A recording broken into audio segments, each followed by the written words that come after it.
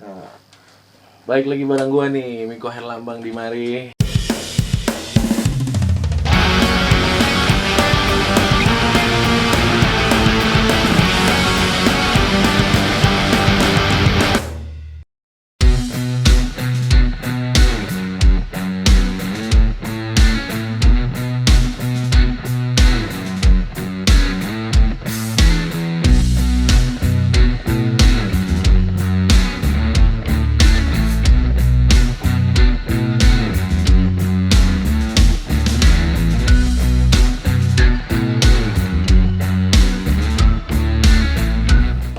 Ngobras gue kali ini, gue ada di studio 168 bersama Face Mae. Apa kabar, Mik? Sehat, bro? Sehat.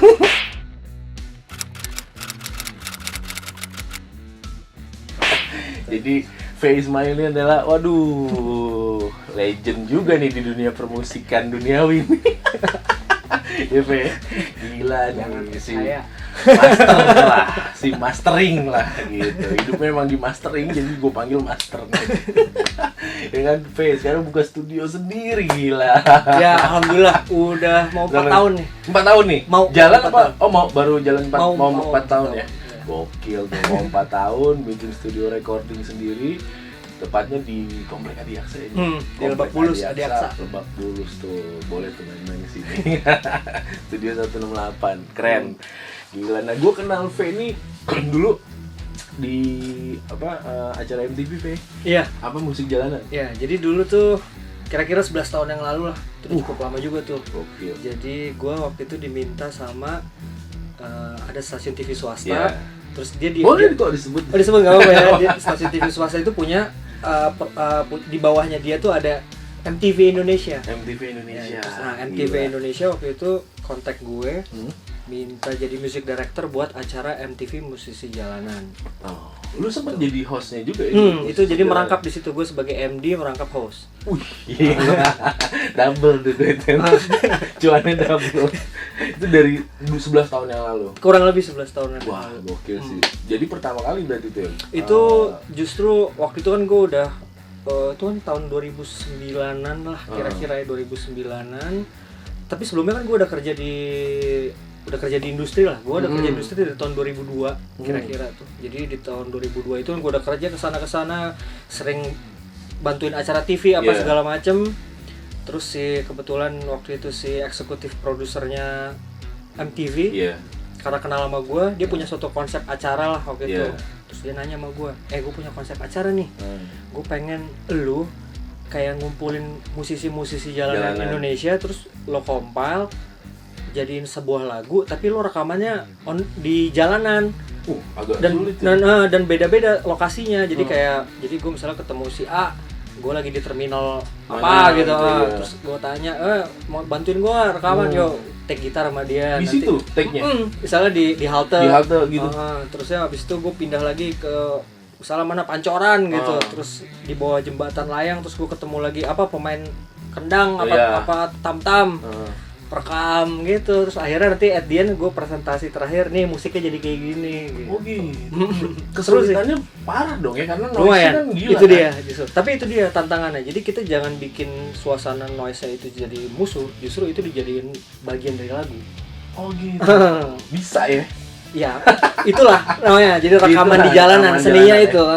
Seninya itu. Karena kan intinya kan nggak perlu dihilangin ya. Sebenarnya kreativitas dari anak-anak jalanan ini, musisi-musisi jalanan ini yang kita lebih gali kan.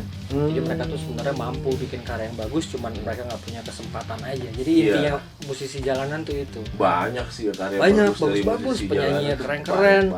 Tantangannya juga gila-gila tuh karena lagi rekaman terus tiba-tiba ada hujan gede, iya kan, jadi bongkar alat. Karena kan gue bawa komputer, gue rekaman di jalan tuh. Zaman itu belum ada tuh, 11 tahun yang lalu ya di Indonesia yang rekaman langsung live di jalanan tuh. Nggak ada. Setahu gue doang. Lu yang gue doang. Oh, dia 11 tahun lalu yang itu. Gokil sih, udah bisa seperti itu 11 tahun yang lalu. 11 tahun yang lalu. Berapa episode? 1 season setengah deh, jadi sekitar 18 tuh ada. 18 episode. Jadi ada 18 lagu lah. Masih lu simpen dong mastering? Ada. Yo, Data-datanya ada. gokil. Sebagian udah ada di YouTube. Oh gitu, udah lu mulai keluarin ya? Udah dari dulu. Oh, Udah dari dulu emang udah dikeluarin gitu. Karena memang si TV swasta itu juga selalu sama mereka setelah selesai tayang di TV taruh di YouTube. Selalu begitu. Oh gitu. Nah, gue mau sedikit nih ngobrol-ngobrol santai masalah permusikan ya, gitu. Jadi lu memang mengawali karir itu dari awal atau memang lu otodidak atau memang lu sekolah dulu di lebih lengkapnya gue manggil dia adalah sound engineering ya? Jadi memang ya? Memang dulu tahun 99 gue tuh sekolah ke Australia. Iya. Ya, gue sekolah ke Australia, gue ambil sekolah di SAE, School of Audio Engineering. Oh, memang sekolahnya udah gitu ya? Di SAE Melbourne. Melbourne. Sekarang udah buka tuh di Jakarta, belum lama. Dari cabang maksudnya pusatnya cabang Australia buka di Indonesia, si SAE Jakarta jadi udah ada. Nah, waktu itu gue di SAE Melbourne karena mereka baru buka pertama buat overseas student. Jadi international student pertama yang di Melbourne masuk SAE gue. Oke. Lu yang pertama. Jadi angkatan pertama yang orang non Australia. Iya. Nah, itu gue. Lu orang Indonesia sendiri satu-satunya di sana. Iya. Yoi. Karena teman-teman gue waktu itu sisanya tuh orang Jepang, orang Malaysia, yang gitu-gitu lah. Tapi yang orang Indonesia tuh gue. Lu doang sendiri. Karena sebenarnya sekolah itu aslinya di Sydney. Oh. Jadi kalau gue mau dulu bisa ke Sydney karena dia udah ada bisa terima international student, tapi di Melbourne itu mereka baru terima studentnya itu baru di tahun 99. Tahun 99 baru terima. Lu masuk tahun 99 juga. Cuman memang di Melbourne bukan di Sydney gitu. Kenapa sih lu maksudnya memang udah dari udah dari kecil lu suka industri musik atau gimana? Jadi memang dari kecil tuh gue udah terbiasa sama studio rekaman. Nyokap gue tuh suka nyanyi kan. Nyokap gue jadi banyak rekaman tuh dari gue umur 5 tahun tuh gue udah masuk dapur rekaman tuh. Oh gitu. Gue udah rekaman umur gue 5 tahunan kurang lebih. Kalau lo ngeh di lagu apa tuh? Lebaran sebentar lagi tuh ada suara gue. Lebaran sebentar lagi. Di antara suara bocah-bocah itu ada suara gue. Oh. Vokalis ceweknya nyokap. Iya. Okay. Jadi semua yang di sini pasti inget lagu itu tuh. Jadi waktu itu semua anak-anaknya Bimbo nyanyi lah di lagu-lagu kasidahnya Bimbo lah. Jadi tapi nyokap lo bukan atau bokap Bimbo bukan ya? Nyokap gue doang. Nyokap lo. Kan itu adik kakak kan. Oh, nyokap lo emang dari Bimbo? Kan tuh berempat tuh. Siapa sih nyokap? Ini kan 3 cowok. Om Sam, Om Acil, Om Jaka. Nah, ini yang perempuan itu nyokap gue. Gitu. Siapa yang perempuannya? Iin Parlina namanya. Tante Iin Parlina. Oh, itu nyokap. Makanya lu bener-bener kenal banget. Jadi dari kecil memang gue bisa dibilang udah cukup deket sama lingkungan musik lah. Karena gue suka nganterin nyokap gue rekaman, ikut dia kalau nyanyi di TV. Kadang-kadang nyanyi lagi show tuh suka ngikut-ngikut. Namanya juga emak gue gak punya babysitter ya, jadi dibawanya tuh anak-anaknya semua. Digiring gitu di studio. Dibawa gitu. Karena kebetulan anak-anaknya Bimbo yang lain juga kadang-kadang suka dibawa. Jadi kita seneng kan ketemu sepupu main gitu. Nah terus makin gede gue biasa ngeband. Anak 90-an ngeband lah gitu kan. SMP tuh ya? SMP. Apaan tuh pertama? Band-band rock lah zaman itu yang musik-musik itu lagi. Rock. 90-an tuh ya? Gak ke grunge gitu gak? Justru ke grunge? Iya, grunge, main grunge alternatif gitu. Kan skill pas-pasan ya. Pasti Smile Like Teen Spirit tuh. Iya, itu dia Nirvana kan. Pas keluar ini dia hero gue nih gitu. Mainnya nggak ribet-ribet nih gitu. Gue bisa main yang kayak gini. Lu megang? Gue main bass. Main bass? Iya, karena semua waktu itu yang main gitar bandnya udah penuh. Jadi gue nggak mungkin main gitar. Jadi akhirnya semua band ini nggak punya pemain bass. Jadi gue main bass aja milih gitu. Jadi, satu band? Apa lu pindah-pindah? Enggak, kebetulan gue cukup main sama satu band lagi karena yang pemain gitar lagi yang nggak dapat band itu akhirnya main bass di band-band yang available lah gitu. Ya udah terus berlanjut gue kuliah juga masih terus seneng ngeband sama teman-teman kuliah di Australia juga masih ngeband. Tetap di grunge ya? Enggak pindah-pindah. Ya pop rock lah tapi nggak jauh-jauh dari rock lah. Nggak jauh-jauh dari rock karena memang gue suka musik rock.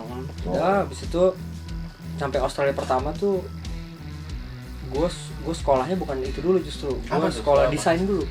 Desain grafis? Sekolah desain grafis. Emang era-era itu tuh lumayan ngetop kan tahun 94, 95, 96 tuh ya pokoknya lagi naik daun itu desain grafis. Kebetulan gue suka banget gambar. Gue terima sekolah ilustrasi. Terus bokap gue bilang sekolah ilustrasi yang bagus itu cuma ada di US sama di Jepang. Di US gue nggak ada duitnya kata bokap gue, mahal. Di Jepang lu bisa bahasanya nggak? Gue juga mikir, wah bahasa Jepang ya ribet banget nih. Terus akhirnya bokap gue, nih coba tuh ada pameran sekolah di Australia, lu lihat-lihat deh gitu. Siapa tahu lu suka. Nah pas gue datang ke pameran itu kan banyak counter tuh, misalnya Universitas A, Universitas Z, Universitas W gitu kan. Udah, oh ternyata di subjek-subjeknya desain grafis tuh ada yang namanya ilustrasi. Karena emang gue suka banget ilustrasi. Emang cita-cita gue dulu pengen jadi ilustrator. Cita-cita dulu justru ilustrator. Pengen banget dari SMA tuh gue pengen banget jadi ilustrator, entah buat Marvel, buat DC atau buat manga. Itu gue cita-cita banget tuh, bikin karakter, mobil atau ya pokoknya alat-alat transportasi, monster-monster tuh gue suka banget gambar-gambar kayak gitu kan. Oh ada ilustrasinya nih. Udah gue ternyata pas gue udah nyempur di desain kayak enggak banget gue bukan graphic designer banget nih gitu. Kalau pelajaran ilustrasinya gue suka banget, tapi pelajaran yang lainnya kurang gue. Jadi sekolah gue berantakan tuh lama berantakan, cuma dapat D3 doang di desain. Pulang ke Jakarta, gue nyoba magang karena salah satu syarat di sekolah gue harus magang sekian jam kan di perusahaan advertising. Abis sekolah desain lo balik dulu Harus magang gue. Jadi gue magang 3 bulanan gitu, mental-mental ke beberapa perusahaan advertising yang ada di Jakarta waktu itu. Pas gue udah belajar magang-magang di situ, gue sering kayak mau nggak mau kan otomatis ikut kalau ada agak lembur ada apa. Pas udah ngerasain yang kayak kerja overtime-nya itu gue yang ini enggak gue banget nih. Gue kerjanya ngedumel soalnya sambil nyaman di sini tuh ada yang salah lah ada gitu ya pokoknya. Gue ada yang ngeluh mulu gitu. Akhirnya gue nentuin kayak gue suka musik nih ya. Kan gue sama band gue masih jalan tuh. Nah, band gue lagi rekaman tuh waktu itu sambil gue magang. Band gue di Australia namanya Vandela. Itu anak-anak Indonesia. Anak Indonesia semua yang ada di Australia. Terus kita lagi rekaman iseng waktu itu di Jakarta. Di studionya masih ingat gue, namanya Studio Hijau. Studio Hijau tuh di mana ya? Di Radio Dalam. ya? Punyanya Anang Hermansyah. Iya. Masih ada sih? masih. Surprisingly itu studio masih ada. Gokil sih itu Studio Hijau tuh. Pas kita lagi rekaman di situ, pas selesai rekaman kan harus mixing. Iya. Yang mixingin album gue Indra Kadarsi. Yoi. Itu tuh guru, termasuk salah satu mentor gue yang gue banyak belajar secara tidak lewat pendidikan ya. Iya. Karena gue ngeliatin dia kerja, kadang-kadang gue juga ajak dia ngobrol nih kenapa Indra, approach lu kenapa gini sih Indra, gini-gitu. Pokoknya gue banyak dulu nanya-nanya sama Indra, mungkin Indra juga sampai ada nih bikin gue ribet aja, gue lagi kerja nanya-nanya mulu gitu. Biasa itu masih.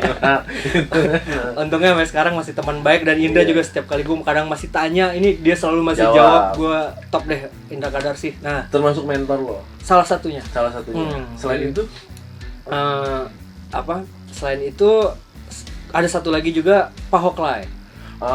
Musika. Nah, Pak Hoklai itu tuh salah satu mastering engineer di Musika Studio. Dia juga yang nge-mastering pada eranya sih band-band terbaik yang ada di Indonesia ya. Ada Peter Pan, ada Niji, ada lagi Jikustik. Ya lo sebutlah artis-artis label itu, semua yang ngerjain tuh Pak Hoklai.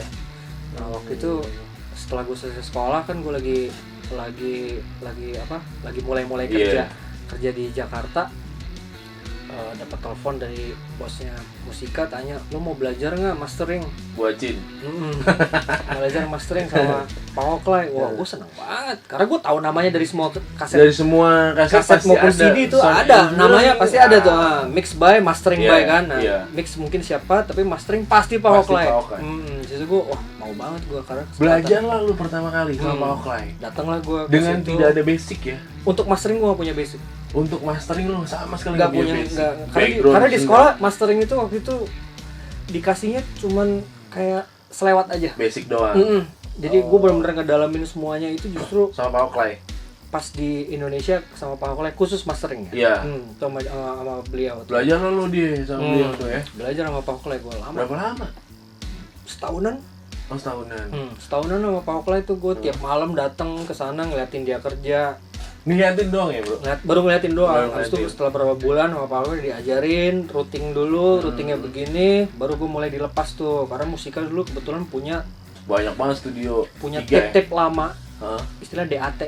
Oh iya, DAT. Kalau nggak tahu anak zaman sekarang tuh DAT nggak, digital analog tape. Ya. Sekarang udah nggak ada analog. Ya, jadi tape-nya kecil kayak tape video kecil handycam gitu. Iya. Handycam juga anak sekarang kayak ngerti Nggak handycam. tahu kali handicap. Ya DAT punya musika itu misalnya DAT-nya Hetikus Endang, DAT-nya Ebit GAD, pokoknya yang Oh gitu. ustazah ngaji Siapa gitu namanya Maria nama Ulfa besar kalau lah salah. ya. Pokoknya musika dulu kan punya juga yang ngerilis yang Iya, ngaji benar. gitu kan. Itu banyak banget. Nah, Ya. itu gue disuruh pindahin ke versi digital jadi CD supaya jadi CD master lagi kan. Nah istilahnya gue ngeri-master yang Remaster lama-lama dulu, iya. produk-produk lamanya Itu musika. dikasih nih dulu kerjain. Banyak banget, jadi setiap kali gue datang tuh udah ada kayak datang setumpuk gitu. Nih DAT-nya atau ini ini master lamanya lu remaster gitu. Tapi hitungan sambil gue belajar kan, karena hasil remaster gue akan direview lagi sama yang atas. Nanti biasa dapat komen tuh hasil masternya kemarin yang ini oke, yang ini nggak oke-nya tuh ini kan gitu. Jadi udah ada tuh ya catatannya. jadi gue belajar akhirnya misalnya ada. ini terlalu tajam, karena gue juga masih belajar, jadi gue sotoy aja kan. Tapi gila sih. Lu Tahu pertama aja. belajar dikasih masternya orang-orang nama-nama besar di sana. Gue termasuk beruntung karena studio masternya musika pada saat itu itu salah satu studio terbaik untuk mastering di Indonesia. Iya. Yang ngedesainnya David Manley. Itu langsung dari sana diterbangin ke Indonesia bikin itu studio. Ceritanya begitu, katanya gue dengar ceritanya gitu. Langsung didesainin, dia yang bikinin. Jadi semua outboardnya waktu itu bisa dibilang 80% itu Manley. Kenapa juga akhirnya gue jadi suka sama brand Manley, makanya ada brand Manley gue tuh di belakang lo tuh. Nah, Manley Foxbox. Manley nih. Gue cinta banget sama Manley karena di musika itu gue ketemu banyak produk-produk Manley yang istilahnya yang legend-legend lah, yang legend-legend yang mungkin kalau dibeli harga sekarang harganya udah nggak masuk akal ya. Iya. Tiga legend. Perdatam. Pancoran. Benar ya. Perdatam Pancoran tuh. Sejejer tuh rumah Titi Puspa juga sih. Iya, nggak jauh, benar-benar. Gila itu memang tuh legend tuh, studio paling legend di Indonesia ya untuk mastering ya. Mastering juga. Akhirnya lu belajar atau tidak lah semua tuh ya? Ya kan kalau Pak Hoklay kan dia udah menjalani itu bertahun-tahun ya. Jadi dia berdasarkan pengalaman dia aja. Dia ngasih ilmunya dia yang dia punya berdasarkan pengalaman dia biasa ketemu problemnya apa aja ya kan kayak gitu-gitu. Jadi misalnya ada noise-nya gimana cara ngilangin noise. Misalnya lagi yang ini gimana caranya supaya si transisi lagu bisa langsung gitu ya kayak gitu-gitulah. Terusnya gimana supaya nggak belang lagu 1 ke lagu 2, lagu 3, lagu 4. Kadang-kadang kan lagu yang ini hasil mixingannya karena lagunya ballad banget, jadi awalnya lembut banget kan, baru kan dinamikanya belakang jadi keras. Sementara lagu berikutnya atau lagu sebelumnya lagu yang semangat gitu. Jadi begitu dihajar lagu itu kan dari level kenceng gitu langsung. Nah gimana caranya gue harus bisa sama. Nah itu Pak Hoklay banyak banget ngasih gue ilmu-ilmu di situ. Terus lu sempet sekolah lagi nggak? Kalau untuk audio engineering nggak, gue sekolah 3 tahunnya selesai udah. Jadi gue dapet sarjananya waktu itu. Gue ada penjurusannya ada 2 di SEI di waktu itu, satu recording arts, satu music commerce. Nah gue ngambilnya music commerce. Music commerce ini lebih ke producing. Kayak sedikit ada teori musiknya, sejarah, belajar yang copyright yang gitu-gitu lah. Dan akhirnya kesampaian jadi produser. Alhamdulillah. JKT48 Salah satunya JKT48 yang besar lah ya. Yang lain sih banyak, cuman band-band indie lah ya, band indie, atau band-band lain ya. Yang belum yang cuman ketengan selaguan doang gitu ada. Tapi yang besar saat ini adalah JKT48. Iya, karena gue ngerjain itu lumayan lama banget. Susah nggak sih bro? Dari JKT48 sendiri gitu. Kalau ngobrolin JKT ya, itu gampang-gampang susah karena walaupun gue di waktu itu pas diajak proyeknya itu, terus gue diajak ke Jepang kan, gue ngelihat prosesnya yang di Jepang tuh ngapain, gimana cara kerjanya. Tapi ketika gue ngelaksanain di Indonesia tuh gue harus nyari formula sendiri. Benar. Karena nggak bisa sama. Sekian banyak suara juga dong. Jadi akhirnya gue bikin tim lah ya, tim sampai tim gue akhirnya solid ya. Kita selama 3 tahun pertama itu nyari bentuk bekerja sih sebenarnya itu. Tapi ketika bentuk bekerjanya itu ketemu, jalan kesannya udah istilahnya on the fly aja gitu. Maksudnya udah nyaris serupa lah, ketemu proyek yang lain, tapi ya pasti proses kerjanya akan seperti itu terus. Iya sih. Yang susahnya di 3 tahun pertama sih, karena itu belum nyari bentuk kerja. Belum dapat. Gimana caranya kerja yang efektif, ya kan, supaya setiap lini, karena di JKT itu banyak banget divisinya kan. Ada divisi koreo, ada divisi dokumentasi, divisi A, B, C, banyak banget deh. Gimana caranya nih lini per lini nih kerjanya enak. Karena kita bisa sama lah. Karena gitu anak-anaknya itu doang. Gimana caranya nggak rebutan anak lah gitu istilahnya Iya. sih kalau gue ya. Jadi gimana caranya begitu si anak nih nggak bentrok-bentrok jadwal. Nah itu kita dulu bikin ya sesama. Ya gitu sih pasti. Iya. Sekian banyak. Berapa sih jumlah? Waktu yang awal tuh Awal anaknya sih pertama dikit sih. Anaknya cuma 30-an. Gila sih lu 30 dikit. Dikit lah. Karena terakhir kesini anaknya jadi 70 sekian gitu. Sempat Iya anak gue rekor di 80-an kok. Jumlah anak gue ya. Gue nyebutnya anak-anak JKT itu anak-anak gue. Iya. Karena memang literally sih secara umur ya mereka udah bisa jadi anak gue. Iya, iya. Anak bener ya. Gitu. Tapi Jadi, gokil sih dari ya sebanyak itu gitu lu bisa kemas jadi satu. Ya, gitu. walaupun udah ada template-nya ya. Iya. Akhirnya kita punya template-nya apa segala macam. Ya, Lu memang di jalan konsepnya- berapa lama sih? Sekarang 10 tahun ya? kurang lebih. 10 tahun. Mm. Oh, mantap. Officialnya 9-an lah. Official 9 tahun. Tapi kalau yang tidak official mah 10 tahunan karena dari dibentuk sebelumnya kan udah ada tuh kan, jadi jalannya udah 10 tahunan lah.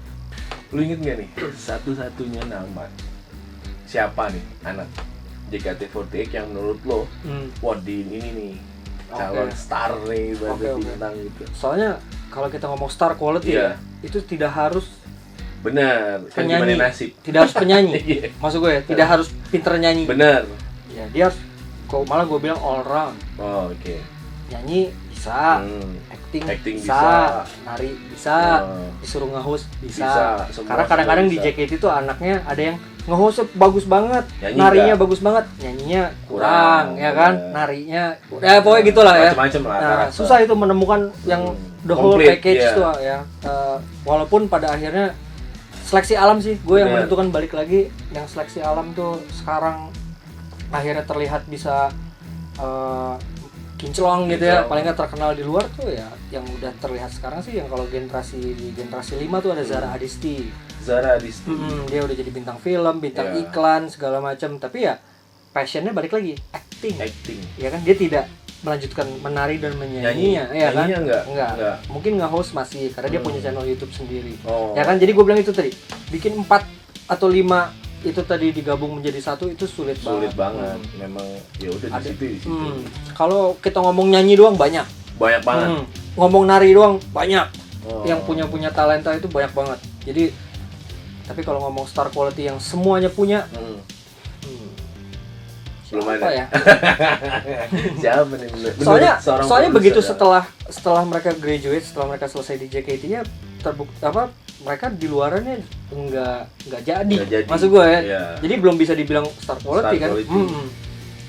Paling cuma jadi pemain film. Ya itu tadi beberapa anak-anak mantan member JKT itu ya jadi pemain film. Rata-rata Beberapa- main film mas. Ya tapi nyanyinya kan nggak. Iya. Narinya udah nggak kepake lagi. Yang intinya di JKT Yang kan intinya. nyanyi dan menari kan, Iya. sama nge-host. Malah Itu jadi malah ke film. nggak ada. Nggak ada. Malah ke acting semua banyaknya tuh. Yang malah penyanyi JKT ya bisa dihitung banget.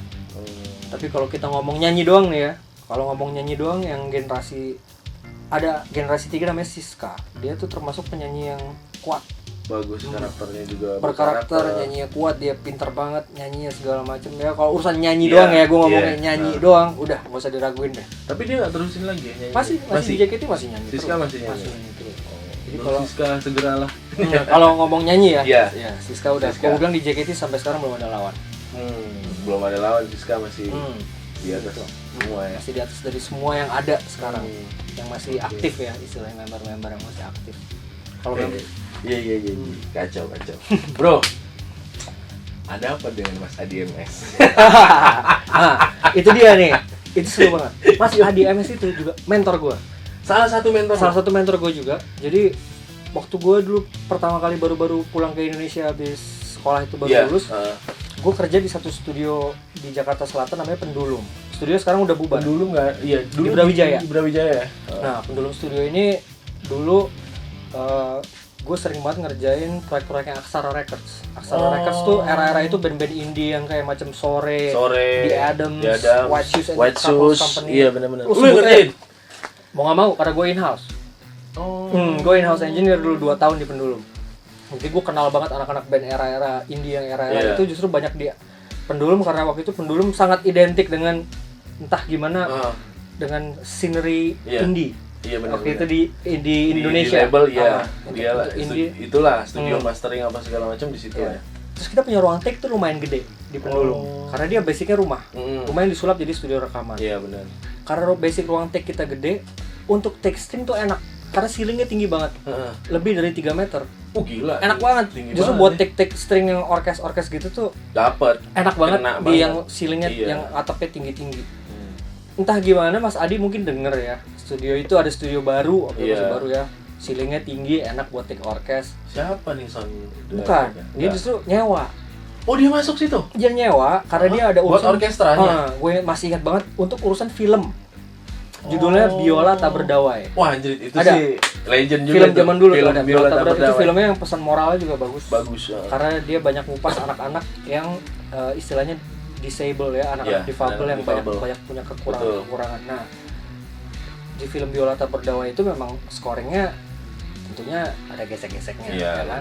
Ada instrumen geseknya. Nah, take-nya di studio itu kan. Kebetulan lu yang pegang. Karena gue in-house. Oh iya, lu in-house. Iya, karena gue in-house engineer di situ. Jadi gue yang pegang. Ya udah, di situ jadi kenalan sama Mas Adi. Dari situlah lu diseret terus. Dari situ gue banyak banget belajar sama beliau tuh soal istilahnya instrumen gesek tapi ala klasik style. Karena sebelumnya gue udah sering itu ya? Sebelumnya gue udah sering rekaman juga sama music director yang lain untuk urusan string tapi gue belajar basic tentang klasiknya sama Mas Adi. Mas Adi. Miking, posisi duduk, termasuk juga baca score gitu, baca partitur.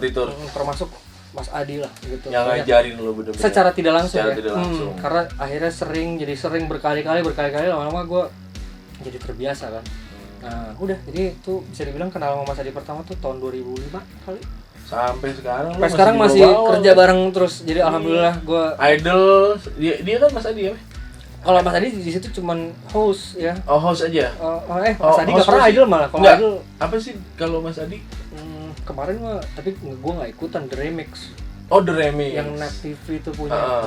Rising Star lo dong. Pertama. Pernah. Tapi gue juga udah lupa tuh yang keberapa tuh. Udah lama banget. Makanya gue bilang legend nih orang. Idol juga. Tapi gue balik di proyek-proyek kayak Idol, kayak The Voice. Apalagi sih ajang-ajang kompetisi gitu. AFI. Ya pokoknya gitu-gitu gue istilahnya cuman tentara bayaran atau gue nyebutnya. Jadi kayak misalnya gue kenal sama MD-nya, misalnya MD-nya lo ngajak gue di tim lo gitu. Nih masuk nih sini nih. Gitu jadi gue diajak di tim lo untuk membantu. Kalau kayak di The Voice sama Idol kan musik directornya Mas Oni Krisnarwita. Bandnya Oni and Friends. Gue kalau di Oni and Friends gue pegangnya sequencer. Lo? Yoi. Terus dulu sampai sekarang? Masih Jalan jalan terus sampai sekarang. Insya Allah. Ini besok gue mau latihan Idol. Mas Oni terus lah. Mas Oni sih legend juga. Nah, Mas Oni itu juga dulunya player gesek di Twilight Orchestra. Oh ya? Dia dulu konser master di Twilight Orchestra. Oh gitu. Mas Oni dulu. Terus Mas Oni udah lama di akhirnya nggak main gesek, dia akhirnya pindah jadi band leader, main gitar gitu kan, jadi arranger, jadi ini semua sih. Jadi gue beruntung juga, alhamdulillah gue ketemu banyak orang-orang hebat yang akhirnya gue banyak belajar dari mereka, yang akhirnya bisa mungkin menjadikan gue yang sekarang. Jadi sebenarnya nggak ada orang-orang itu, ya gue belum tentu bisa jadi apa-apa. Belum tentu di sini gitu. Awal karir ya kita kemana-mana lah ya, tetap keliling. Iya, kayak gue nih keliling kemana-mana. Jadi ya udah, nanti ketemu siapanya tinggal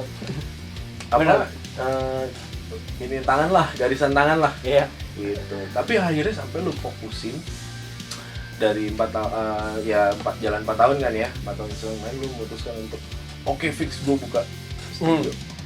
Sebenarnya itu agak terlambat ya, karena gue udah punya mimpi itu dari 2010. Itu mimpi lo?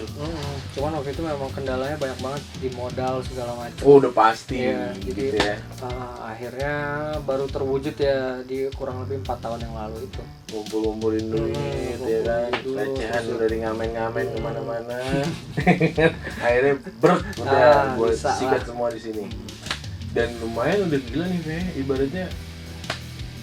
Banyak juga kan ya alhamdulillah yang di sini soalnya bisnis studio tuh buat era sekarang sih cuma orang gila doang sih yang punya studio rekaman. Nah, Investasi nggak balik kalau kita Investasi nyebutnya nggak ya. balik. Kalau semua yang punya studio rekaman ngomongnya investasi nggak balik karena daya beli masyarakat lagi rendah. betul. Terutama di gue bilang 5 tahun terakhir tuh Iya, udah mulai. dan ditambah menjamurnya Teknologi macam-macam. macam-macam yang memudahkan Iya, orang iya. untuk bikin home Di recording. rumah aja bisa home nge-set recording. sendiri apa Jadi- segala macam ya. Jadi orang udah nggak seperti dulu yang kayak nyewa studio tuh bisa sebulan untuk bikin satu album. Kalau dulu, iya. Kalau Sekarang sekarang di rumah take gitar di rumah, bisa, take vokal bisa. Jadi di sini cuma numpang kayak gue juga paling sering take string, take brass, take woodwind, take vokal. Maksudnya kalau ngomongnya produksi dari nol bisa jarang banget. Ada tapi jarang. Bisa Ya, dihitung bisa lah. dihitung ya. Karena Dalam setahun berapa kali cuma bisa dihitung. paling sisanya proyek-proyek ketengan gitu. Atau gue di dropin mixingan itu lain cerita ya. Pokoknya ini gue ada mixingan gitu. Tapi juga orang mixing sekarang nggak kayak dulu. Orang mixing zaman dulu ngasihnya album. Iya, sekarang udah Single. enak. Satu lagu. Kalau dulu kan enak 10 lagu. Iya. Ya kan dari lu gue dapat 10 lagu. Kalau sekarang enggak, dari lu gue cuma dapat 1. Yang lain di mana muter gitu ya. Kan single cuma bikin 1. Iya, kalau single. Cuma bikin 1 kan. Iya. Rata-rata single sekarang yang dijual Jadi di ya itu platform. dia tadi. Jadi nggak seperti dulu lagi. Malah kadang-kadang beberapa produser musik sekarang udah ngerasa bisa mixing, jadi mereka mixing sendiri. Oh, oke. Harga sama nggak sih? Harga apa nih? Harga per album sama per satuan? Oh, Ketengan tentunya jauh. kalau album kalau gua ada diskonannya lah Iya. ya. Jadinya gua nggak mungkin kayak gua jualan mixing selagu itu misalnya harganya A gitu. Terus kalau sealbum berarti harga A kali jumlah lagunya. Enggak gitu gue. Enggak. Ya udah kita paketin aja sekian gitu. Oh. Sebenarnya negotiable lah. Gue juga Negotiable lah. karena Silakan gue juga ya. kan kadang-kadang harus indie gitu Ya, ya, maksud gue. itu dari mana? Ya gue ngerti lah. Iya. I've been there gitu. Iya. Gue pernah di situasi. Kita pernah di sana. Gue juga pernah di situasi itu yang benar-benar yang sampai nodong-nodong orang tua, ayo dong tolongin gue mau bikin album gitu sama band gue gitu, gue minta duit lah, terserah ke nyokap gitu ya, lo duit berapa gue pokoknya gue terima aja. Yang penting gue punya album nih. Zaman dulu kita gitu, yang penting gue punya album nih gitu kan. Iya, apalagi sekarang kebanyakan label ya, mohon maaf ya, udah kurang ya. Sekarang lebih ke di indie semua. Sekarang semuanya rata-rata udah ngambil jalurnya sendiri, jalannya sendiri aja semua. semua. Jalur sendiri, jualannya juga lebih enak.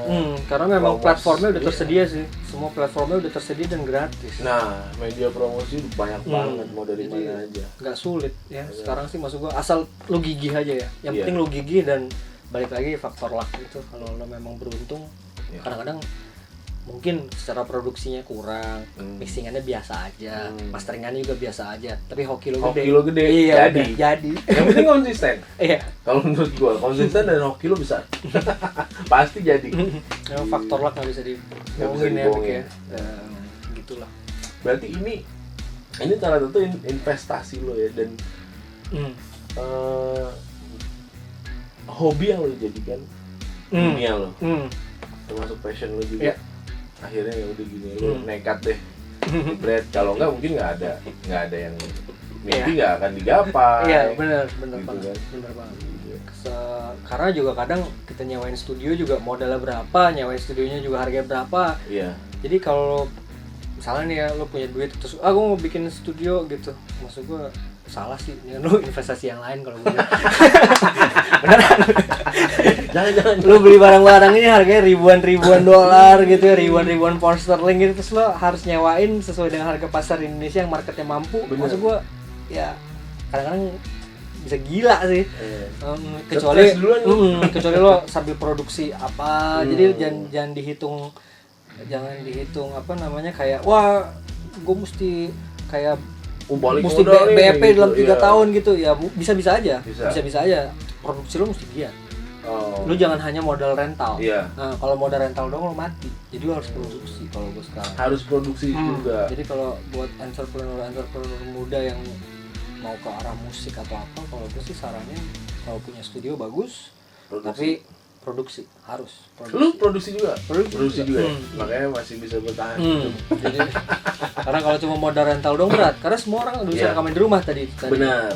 Dan jadi alatnya juga murah buat lo rekaman di rumah sekarang, hitungannya sih murah. Ya, yang jelas kualitas jauh lah. Ketika memang udah harus, ya kan di rumah sama di studio jelas kualitas beda. Ya, tapi kalau gue bisa dibalikin lagi kan, kadang-kadang yang ngedenger, yang menikmatinya kadang-kadang nggak gitu ngerti juga bahwa ini dikerjakan di rumah dengan low budget gitu ya kan, dia kan nggak gitu ngerti kan, ini soundnya kadang-kadang kan orang yang awam kan nggak terlalu peduli itu kan, pokoknya denger lagunya enak.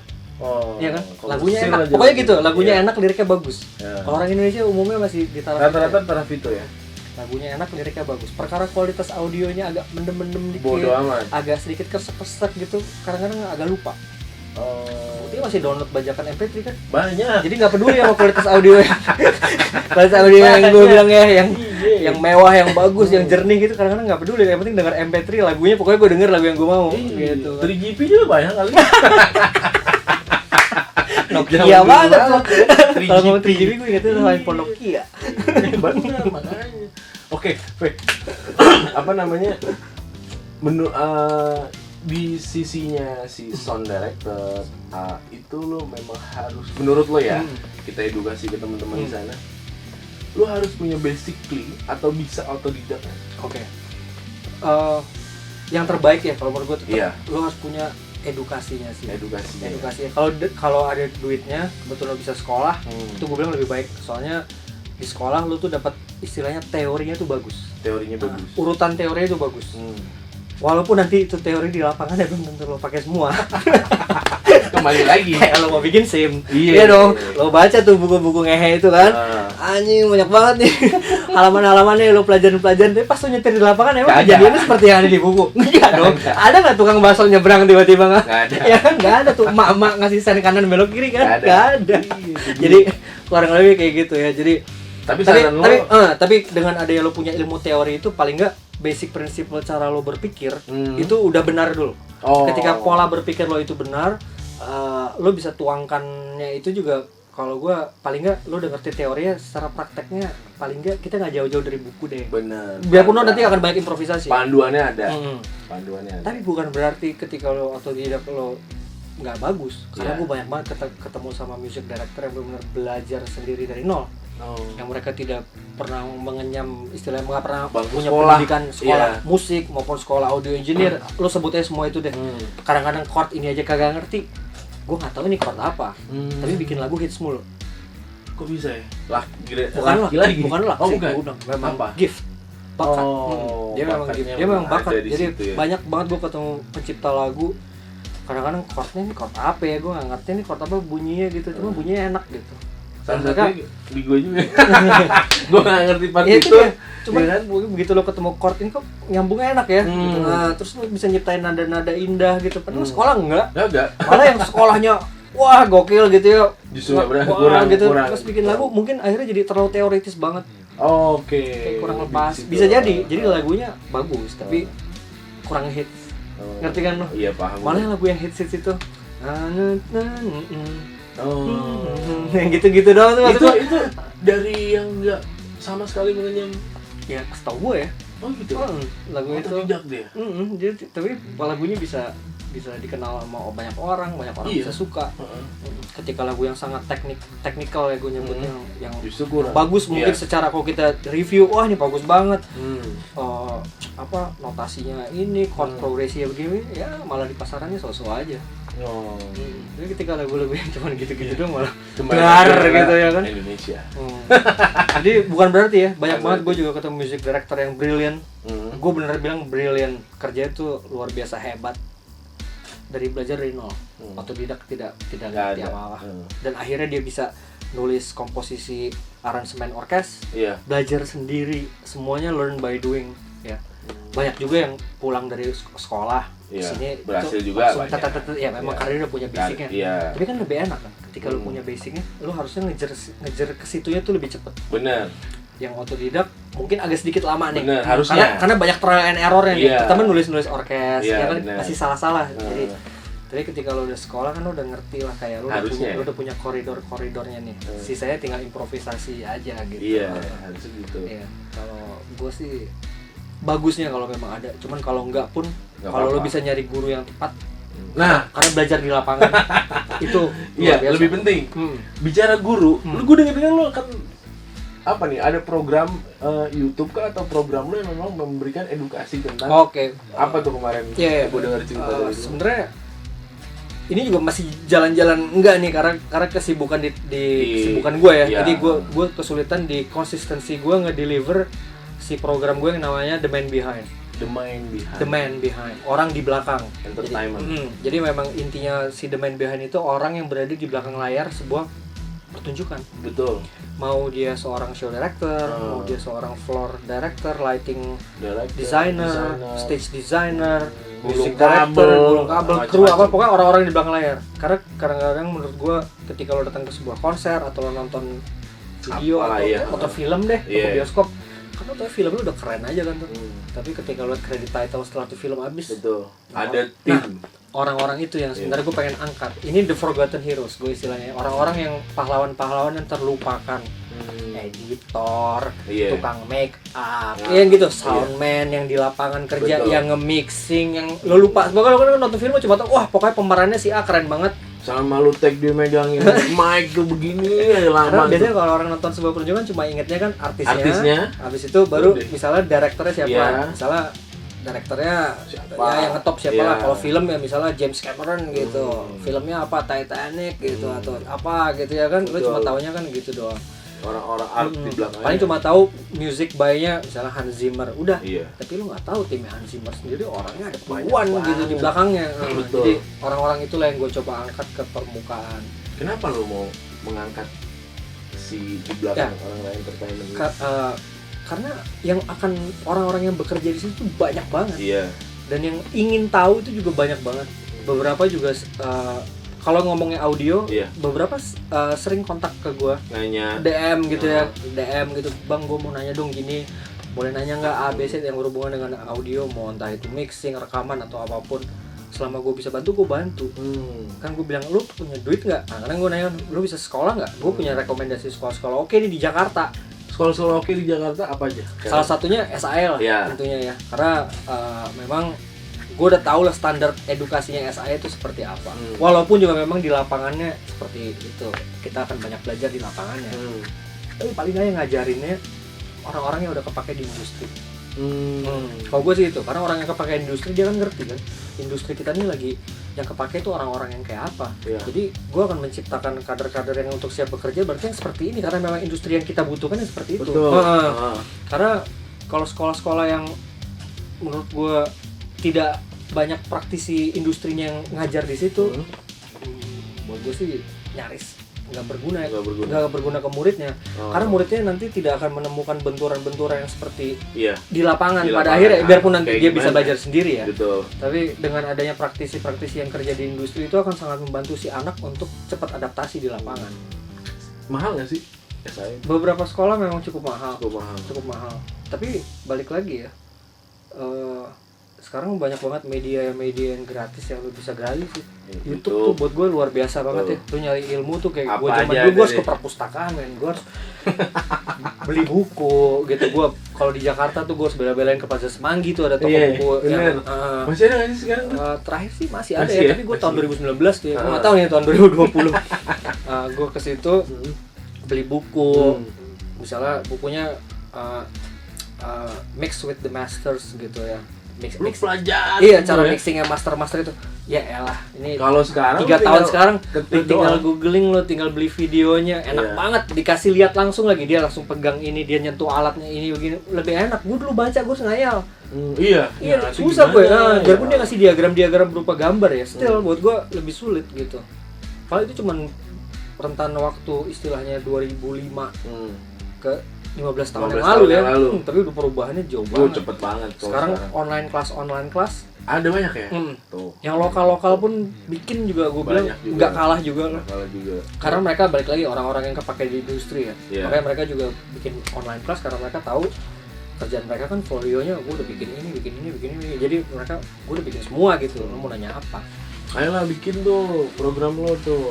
Yang susah tuh cuma balik lagi konsistensi. Gue dalam seminggu sehari lah buat syuting dan sekali lah ya. Realitanya teorinya begitu gampang, tapi realitanya mau bantuin. Tidak semudah itu. Gitu. Produksinya sih yang memang agak sulit ya.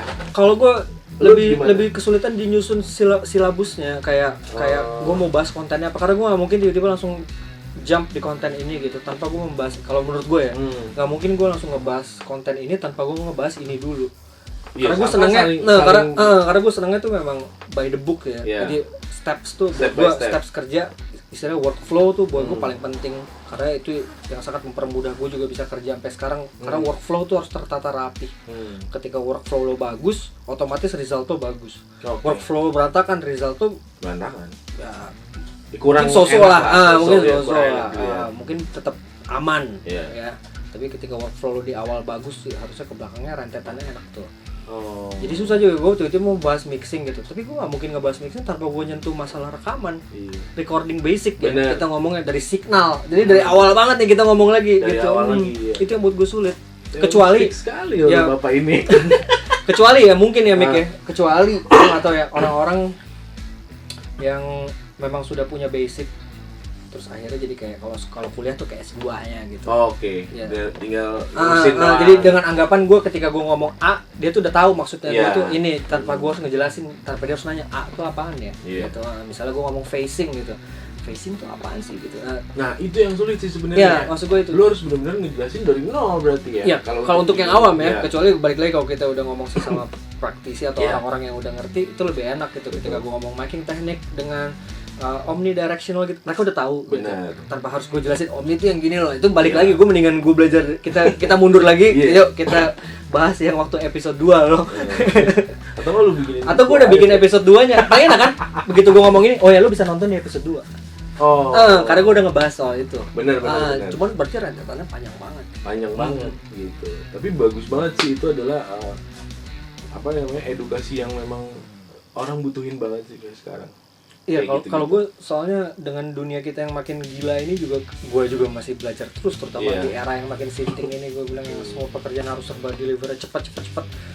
Itu ya mau nggak mau sih, memang gue juga upgrade otak mulu, walaupun hard disk gue makin sedikit nih. Makin menua. Hard disk otak kita kan udah fix nih, misalnya cuma 4 tera kan. Ini gue udah 3 tera nih, tinggal 1 tera lagi gitu. Sementara gue masih akan tua ya kan. Bener.